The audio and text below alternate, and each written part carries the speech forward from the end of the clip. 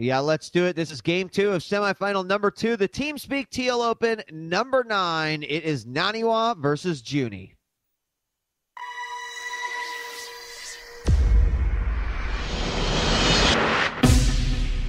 Link engaged. All right, Scrap Station is the map, of course, chosen by the loser, Junny, the Zerg in this particular case. We have got Nani spawning as the yellow Protoss in the 12 o'clock position, and his opponent, Junny, is the orange Zerg in the 3 o'clock position. Yeah, so, I mean, Scrap Station, Zerg players, initially, when StarCraft 2 kind of became this game of who can rush each other in the first 7 minutes, Scrap Station was kind of the standard Zerg favored map because they could fast expand without the fear of being attacked. Unfortunately, we've seen StarCraft 2 kind of settle down to be a more economic-based RTS as it was initially designed, and Protoss and Terrans are finding a lot of success against Zerg. They get a quick expansion or do some sort of harassment with the quick air positions, get their expansion, break down the rocks, and then use their superior economy in the mid-game to deal with Zerg. Zergs have found success if they can kind of abuse the mobility, and mutas do really well on this map as well. It's kind of designed for a lot of harassment here. Big distance between the main and the natural, so I'm kind of blabbering a lot of things, but the point is Scrap Station not really the dominantly Zerg favored map as it once was thought. Yeah, I agree. And, you know, as people have responses to these types of attacks, and hold on, we do have the hatchery going to by Junny. No, he doesn't have 300 just as he hits, and the probe is now there to harass. That's going to force him to drop down that pool, and here on Scrap Station, you just don't really want to do that. He was saving up for that. It meant he could have had his pool a little bit earlier, so he'll go ahead and fight with that. Meanwhile, Gateway is going down. One gas about to finish for the Protoss, and he is going to chase that probe away. Oh, the pylon went down. GG.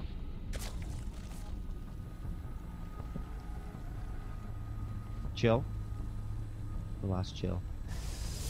Pylon went down at the natural, as you can see. Nani putting that down. The pool's about ready to finish for Junny. We're going to have the cybernetic score going up here at the choke for Nani. The second gas is going to go down as well. And you know what? I actually would be surprised to see another Stargate out of Nani. We'll have to see how he decides to play this one. You know, quite frankly, as effective as the strategy was in game number 1, I would not blame him for going for a very similar build. So we'll see what happens as a cybernetics core will finish in the pylon in the back. It'd be a great place to drop that starport. We'll see what comes out next, as we do have warp gate research in full effect.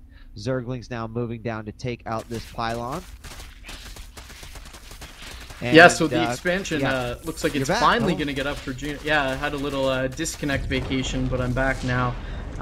Looks like Nani hasn't gone for a tech choice, which is interesting to me. Staying on cybernetic score 1 gateway for a really long time here. Probably going to be starport, but we haven't seen that drop thus far. Yeah, I was kind of expecting to go with that. We do have sentries coming out. So I guess he's just going to put his gas onto that. But interestingly enough, he knows that the second hatch has gone down for the Zerg. He's going to kind of play back a little bit. Going with the sentry heavy force means he's got the force fields, but he doesn't really have any offense. Here we go. We got a probe moving to the back. What's it going to be? It was going to be just another gateway. So he's going to put his gateways in the back, and he's just going to hold off these lings and whatever the Zerg throws at him, as warp gate will finish.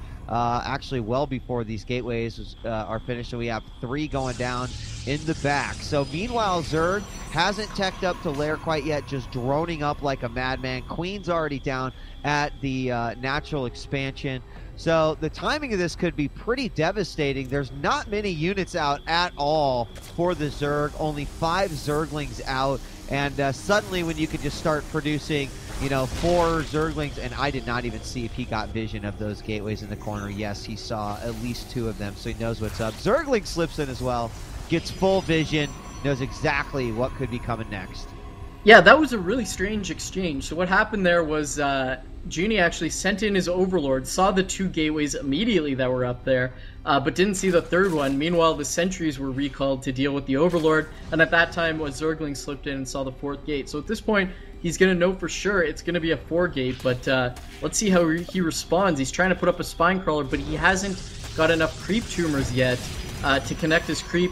Dealing with the Probe and trying to take out the Pylon are the Zerglings, and he's trying to take out the other Pylon, but Zealot's being warped in there, so that's going to be completely shut down. Zerglings being recalled immediately, and the Roach Warren is actually finishing right now. No Roaches, now 3 in production, and this is going to be really difficult for Junny to defend. Yeah, it's going to be super difficult. Also, he did not take out that pylon that is very much south. He saw it forming. He had a Zergling over here in the corner. He had vision of it, but he didn't pull his other Zerglings down to kill it. If he would have taken it out, he probably could have delayed it a little bit longer because, of course, the Protoss wants to get that pylon down. He's still reinforcing from the south. The rocks are about to hit. There's only a couple Zerglings and a few Roaches, but he is going to sandwich from both sides. Let's see how this one works out. Zerglings are going to go up to the front. We do see the force fields come out at beautiful force fields on the flank, protecting those stalkers, and we do have these Roaches at the front. They'll take out all the Zealots. They might even chew through a few of these sentries, but all those Zerglings in the back are lost, and now EmpireNani can just sit here, reinforce his army, take out the second, and it should be game over.